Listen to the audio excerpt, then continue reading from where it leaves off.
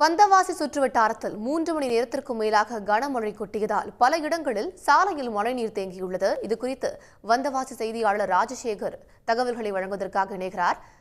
ராஜசேகர், இது தொடர்பான விரிவான தகவல்கள். வந்தவாசி சுற்றியுள்ள பல்வேறு கிராமங்களில் இரண்டாவது நாளாக இன்று 3 மணி நேரம் பலத்த மழை கொட்டி தீர்த்தது. இதனால வந்தவாசி நகரில் பல்வேறு சாலைகளில் கழிவுநீருடன் மழை நீருடன் கழிவுநீர் கலந்து ஆறு போல் ஓடியது. மேலும் இந்த 3 மணி நேரம் பெய்த கொட்டி தீர்த்த பலத்த மழையால வட்டாட்சியர் அலுவலகத்துக்கு உள்ளேயும் வளாகத்துக்குள்ளேயும் தண்ணீர் குளம் போல தேங்கியது.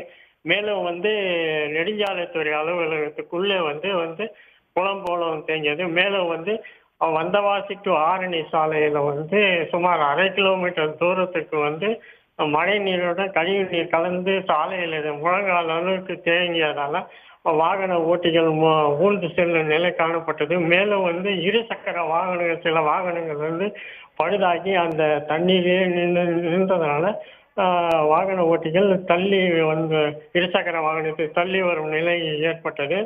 மேலும் இந்த வந்தவாசி பகுதியில் பல்வேறு நகரத்துக்குள்ள பல்வேறு சாலைகளில் கழிவுநீர் கால்வாய் பல ஆண்டுகளாக தூர்வாரப்படாத காரணத்தினால இந்த கழிவுநீர் கால்வாயில் மழைநீர் கால்வாயில் செல்லாமல் சாலையில் சென்றதுனால இந்த பெரிய பாதிப்பு இந்த பலத்த மழையால பாதிப்பு ஏற்பட்டது. நகரத்தில் உள்ள பொதுமக்கள் என்ன சொல்றாங்கன்னா, நகராட்சி அலுவலகத்தில் நாங்கள் பல முறை கோரிக்கை மனுவாகவும் வாய் வழி உத்தரவாகவும் புகார் தெரிவித்து வரோம். ஆனால் நகராட்சி நிர்வாகம் மெத்தனை போக்கே கையாண்டு வருகிறது என்று பெரிய குற்றச்சாட்டு வைக்கிறாங்க. மேலும் இது இனி வரும் காலங்களில் இது போன்ற சம்பவங்கள் நடக்காது இருக்கிறதுக்காக கழிவுநீர் கால்வாய் போர்க்கால அடிப்படையில் மாவட்ட நிர்வாகமும் தமிழக அரசும் சேர்ந்து போர்க்கால அடிப்படையில் கழிவுநீர் கால்வாய் தூர்வாரப்படும் என்று கோரிக்கை வைத்துள்ளனர்.